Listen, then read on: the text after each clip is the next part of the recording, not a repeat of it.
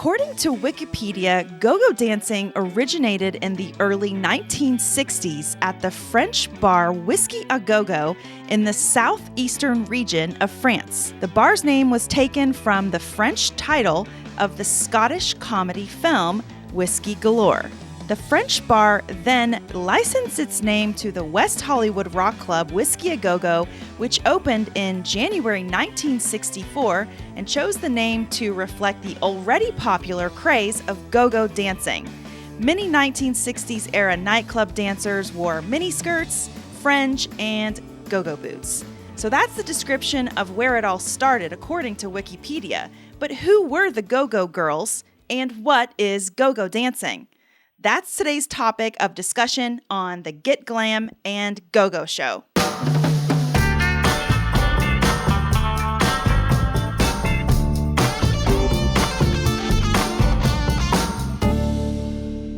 Hello and welcome to the Get Glam and Go Go show. I'm the host of the show, burlesque performer, go-go dancer, and founder of Babes Rage, Jenny Pierce, here with our debut episode. If you're familiar with burlesque, you may know today's guest as the famous Brooklyn bump and grind burlesque star, who is indeed a burlesque queen, having won titles such as Miss Exotic World in Las Vegas.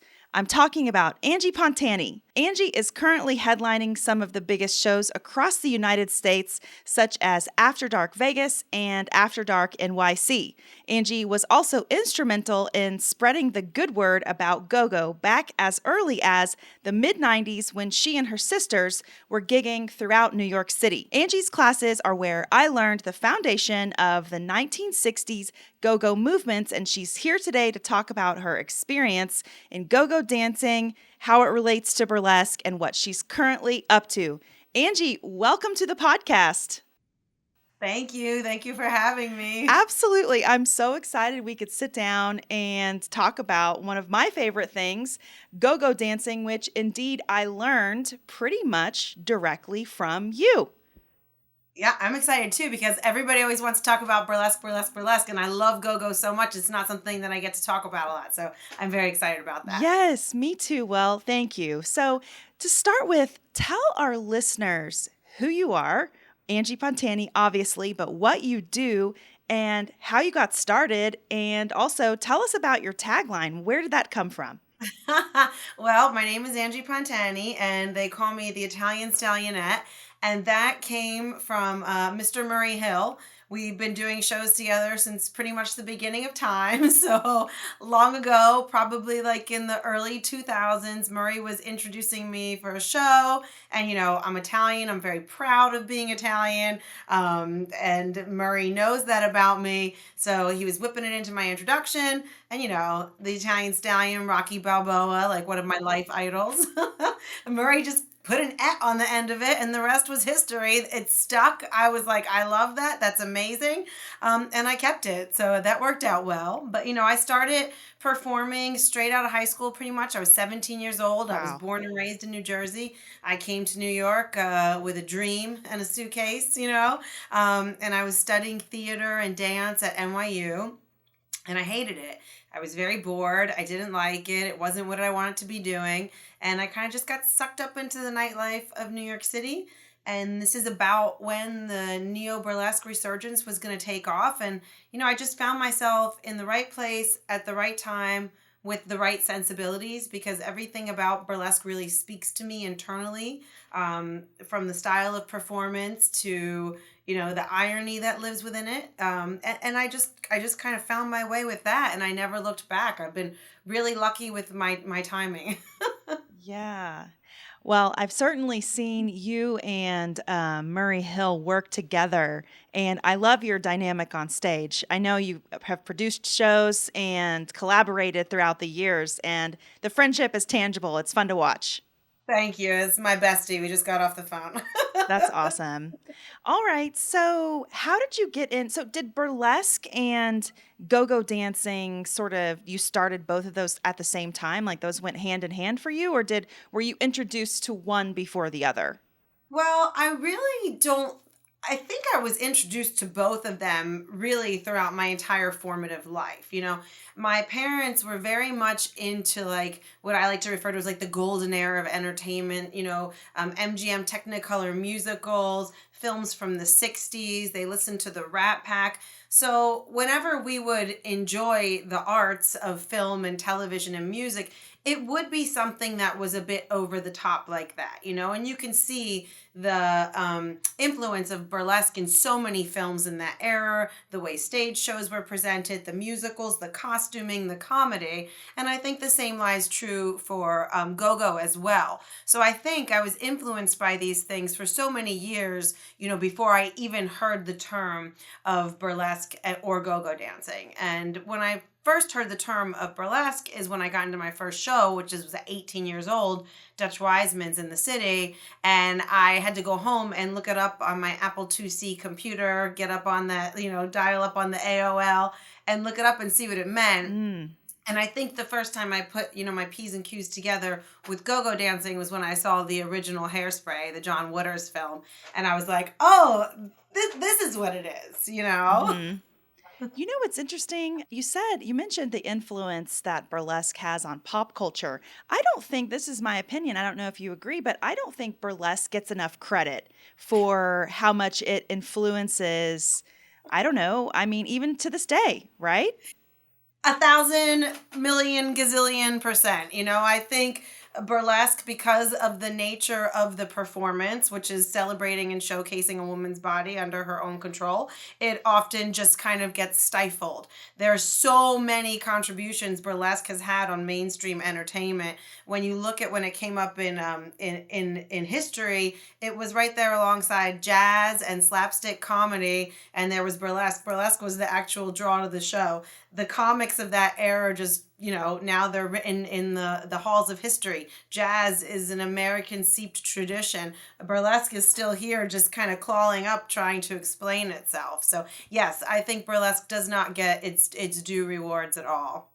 Wow, that's interesting. Man, I'm so glad. Yeah, I that's something I really had never thought about that before, but this is why I'm doing the podcast is to have these conversations and Yeah, to learn from, people like you. So, thank you so much no, for no sharing that. problem. I completely agree with you on that one. Yeah, so I also, you hear people talk about go-go dancing, not that much actually, but there's a lot of different definitions, I think, of what go-go dancing means. I mean, of course, I love the 1960s style of go-go dancing, but it can also be used to describe people who work, in strip clubs or in nightclubs, So how do you define go-go dance? What is it? And we talked a little bit about how you got started. So how do you define it?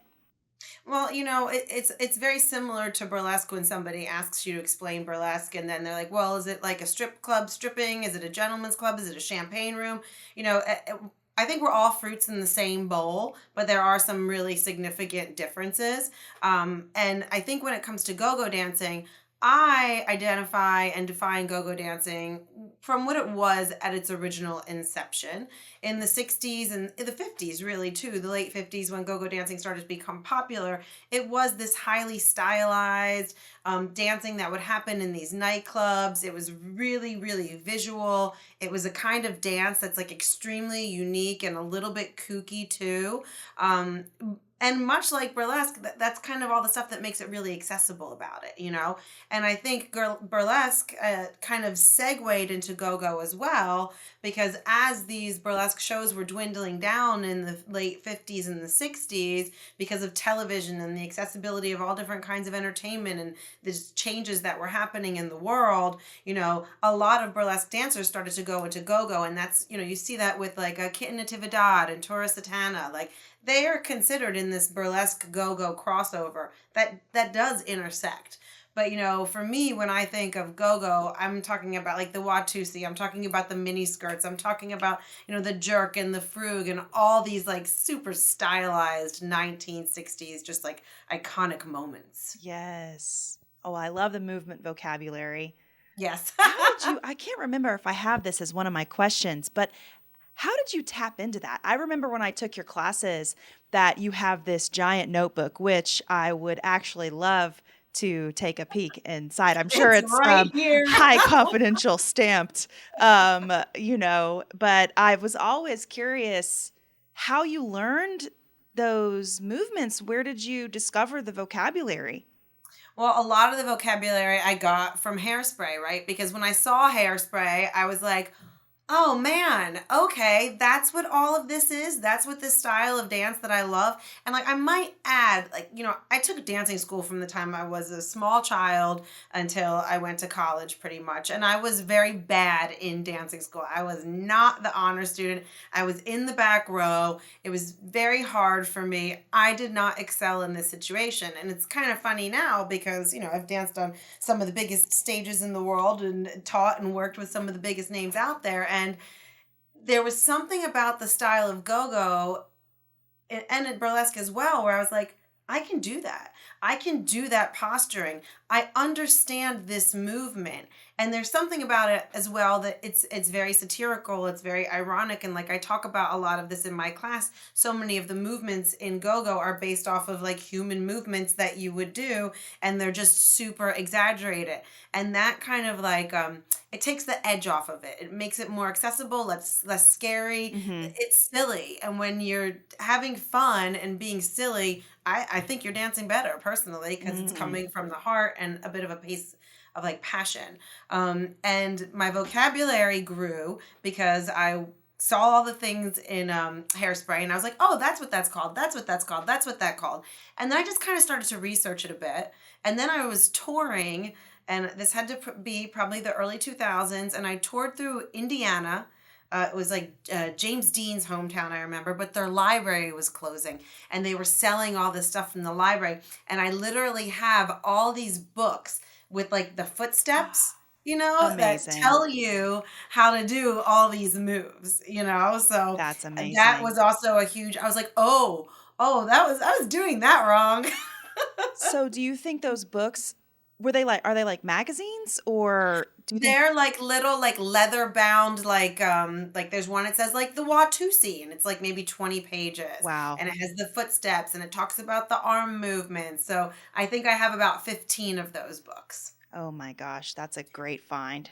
But I also feel like burlesque, it's not burlesque. Go-go is not ballet. It's not science. Like maybe those aren't completely correct. Who really knows? The Yeah. only way you're really going to know is there's certain songs that you can look up, like the Freddie or the Watusi, Hmm. and you can watch performers who created the songs doing the moves and pull it from that. So there's Right. a lot of research that you can do with that as well, because there is a good amount of footage of Hmm. things like that on YouTube. That's so interesting.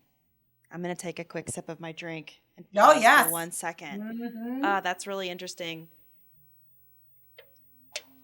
Obviously, too, the origination or the origin of the movements, it's probably pretty hard to trace where it came Yeah. from, where it actually originated from, and then movements evolve.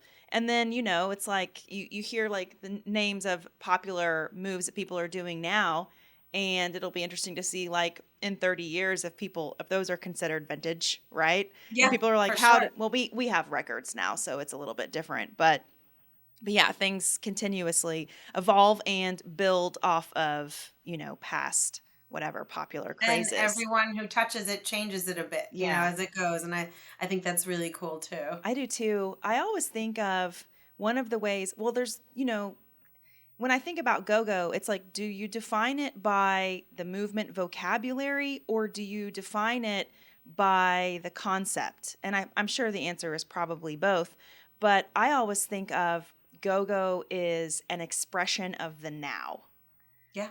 And it was just like that time period was so exciting. The early 60s, people started dancing solo and they had more access to music. And I just love the energy. And I think that, yeah, it's really fun when that comes across, which, by the way, your classes are high energy and a lot of fun, and Thank also a you. really intense workout. Do you still Right. teach your And I classes? never mean them to be. I'm always like, I'm going to make this one not so intense. And they just always go there. Well, go-go is it's a Oh, yeah. super aerobic, exercise. It's intense cardio. It's so much fun. Absolutely. But Yeah. yeah. I have to know, what was it like gigging in general, but like go-going specifically in NYC in the 90s and early 2000s?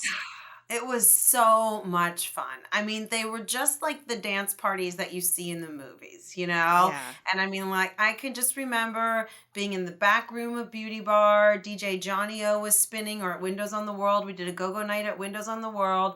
And, everybody just danced. The music is so danceable. The energy was so great. And, like, there's like a quirky innocence to it that I think allows people to put their guards down, and everybody's like, I can do this. Right. And they go out and they get into it. But man, those dance parties were so much fun, and I so wish that they still existed because they were just such a great time. And we would dance all night. We would dance from 9 o'clock to 3 o'clock in the morning, and we just loved it. Didn't you also do gigs at the Twin Towers? Yeah, that was Windows on the World. That was at the restaurant on the top floor. And we did Spy Fi Fridays, it was called, and it was like a 60s go-go night. And we would go dance, and there would be bands that would come in that kind of, fit that vibe. And that's where we met Los Straitjackets, who, took us on the road with them, where we go-goed and did our dance numbers as well.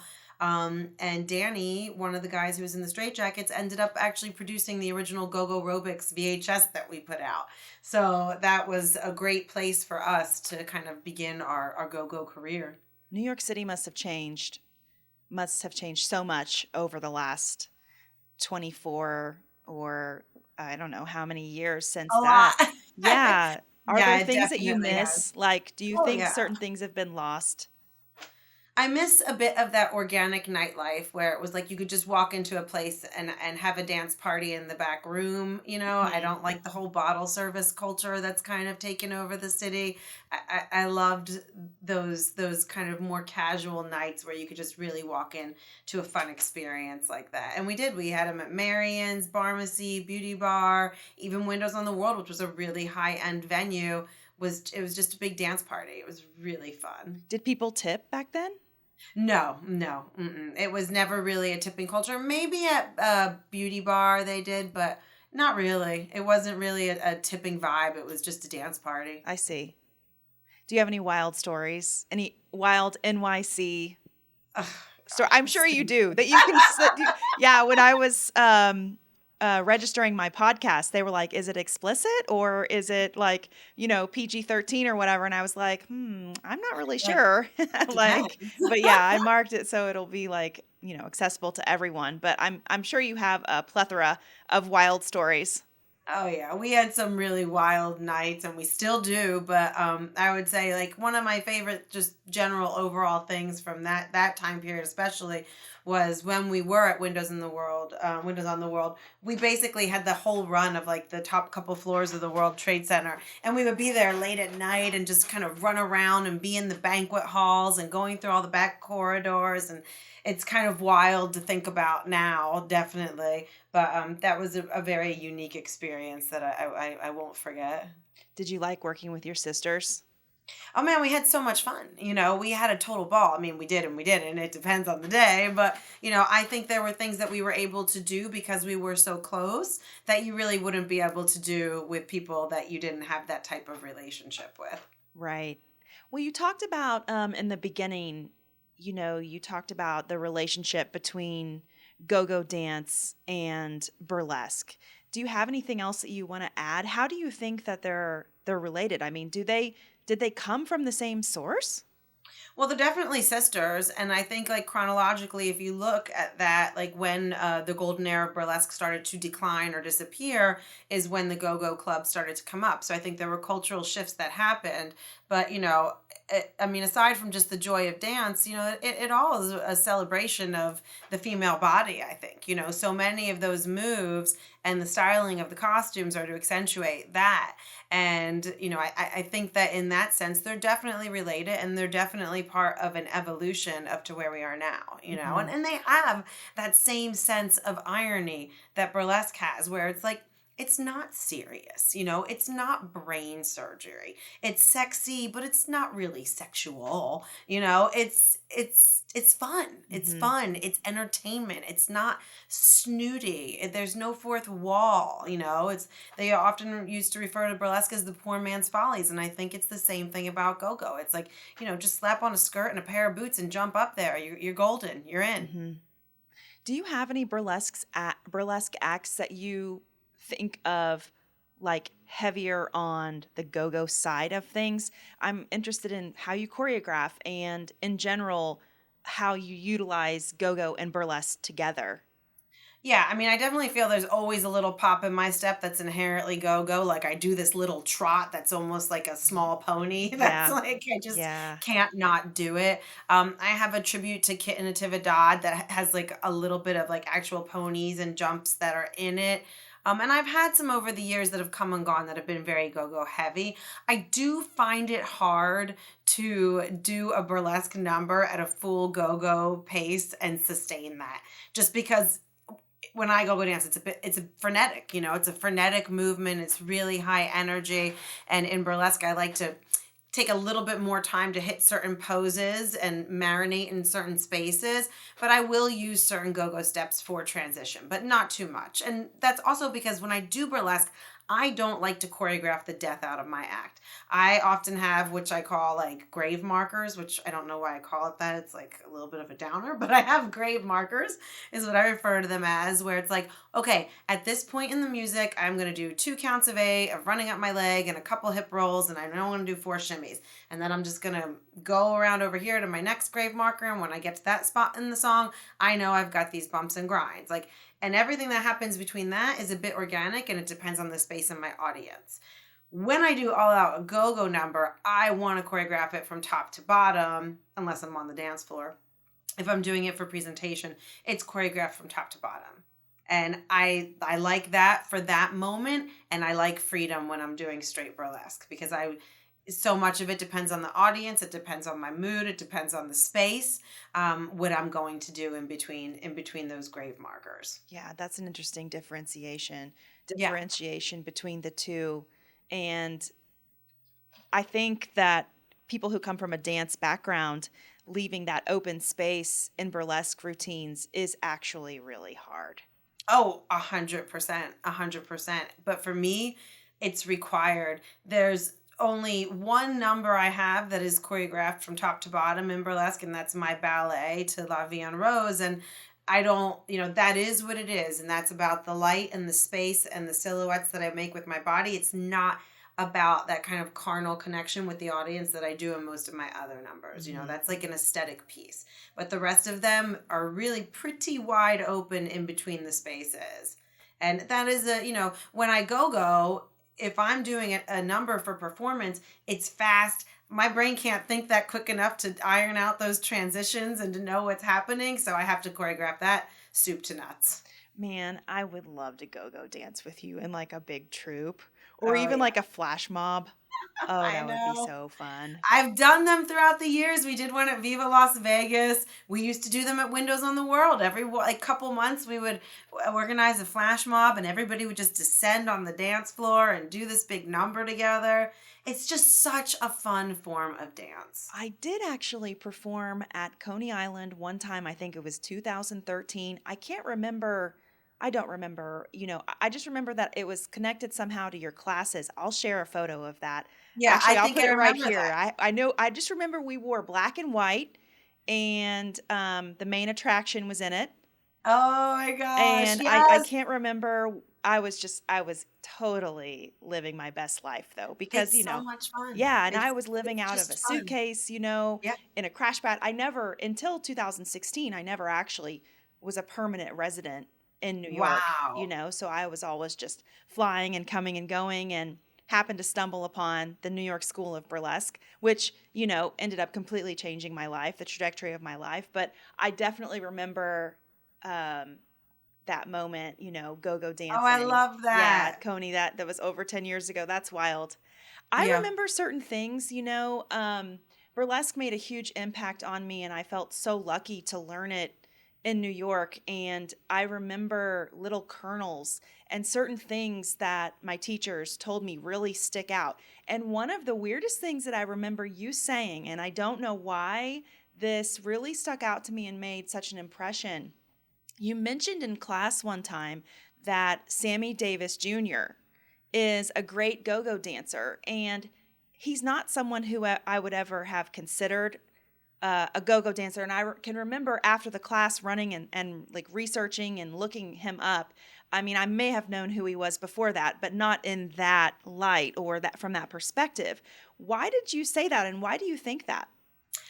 First of all, Sammy Davis Jr. is probably one of my favorite performers of all time. But specifically, when I started to do my research and dive into this world of go-go and this 60s style of dancing, I came upon him in some special, the Moving with Nancy special. And of course, I had seen him tap dance and do other styles of dance, but in this one particular segment, he just was doing these moves and his body is like water, right? And there's this whole thing in go-go where it's like it's not rigid. It's all about flow and everything's pretty loose. And even if you're moving fast, you're in control of everything at all times, but everything is loose and everything flows into something else. So it's this very distinct way to move your body that is one of those things like figure skating. It looks easy, but it's not, right? And especially when you're moving fast. Sammy, oh, he just nails it.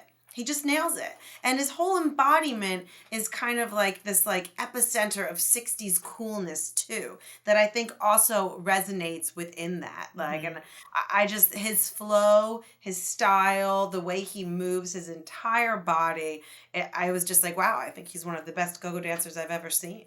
So is that what you think makes a great go-go dancer, that sort of balance or I don't know, contrast between having ultimate control but also being simultaneously totally free? Or what do you think makes a great go-go dancer? And do you have I any do think other examples? that's definitely it, but it's also what you are on the inside, right? Sammy Davis seemed to just he's a born performer. Like his insides come out when he's entertaining, like that just seems to be his such true self, you know? So I think really finding joy when you dance is a key component to being great at whatever style of dance that you're doing, but especially in performances like burlesque and like in go-go where it's really a reflection of yourself. You know, you're not in a ballet ensemble, you're not a rockette, you're you, you know. And I think that that individuality and that passion for performance is really what sets apart when you start to say like who's really exceptional. When you can watch someone and you can feel that energy from them, I think that that really creates an exceptional dancer, and Sammy certainly had that. And then it's also the confidence to just dive into these moves that are weird, you know. It's kind of like, oh, I'm clam digging, that's weird, I'm gonna do Hmm. it, you know. Hmm. And just getting into it and selling those movements, and it makes it cool. You could take the corniest move in the whole wide world, and if someone nails it with confidence and joy, it's now the coolest move in the world. Right. Yeah. I think I remember you saying that too during class. It's like, it's supposed to be silly. It's supposed to be Yes. corny. Yes, But and you then have you to can also embrace put that. in that little, I don't know, suave kind of like Oh, yeah. I swag, I mean, guess, and be like, it's all the above, and you yeah. can take them and make them whatever you want, but it's like, I don't know, I don't like anything that takes itself too seriously or thinks it's too precious. I don't know. That's not the kind of entertainment that I enjoy. I Yeah. enjoy an entertainment that everybody can enjoy and has an accessibility, whether or not that accessibility is really realistic, because even, you know, burlesque on its most leisure day takes a lot of discipline, and so does really wonderful go-go. But I like the idea that people feel I can do that, not I can't do that, you Right. know.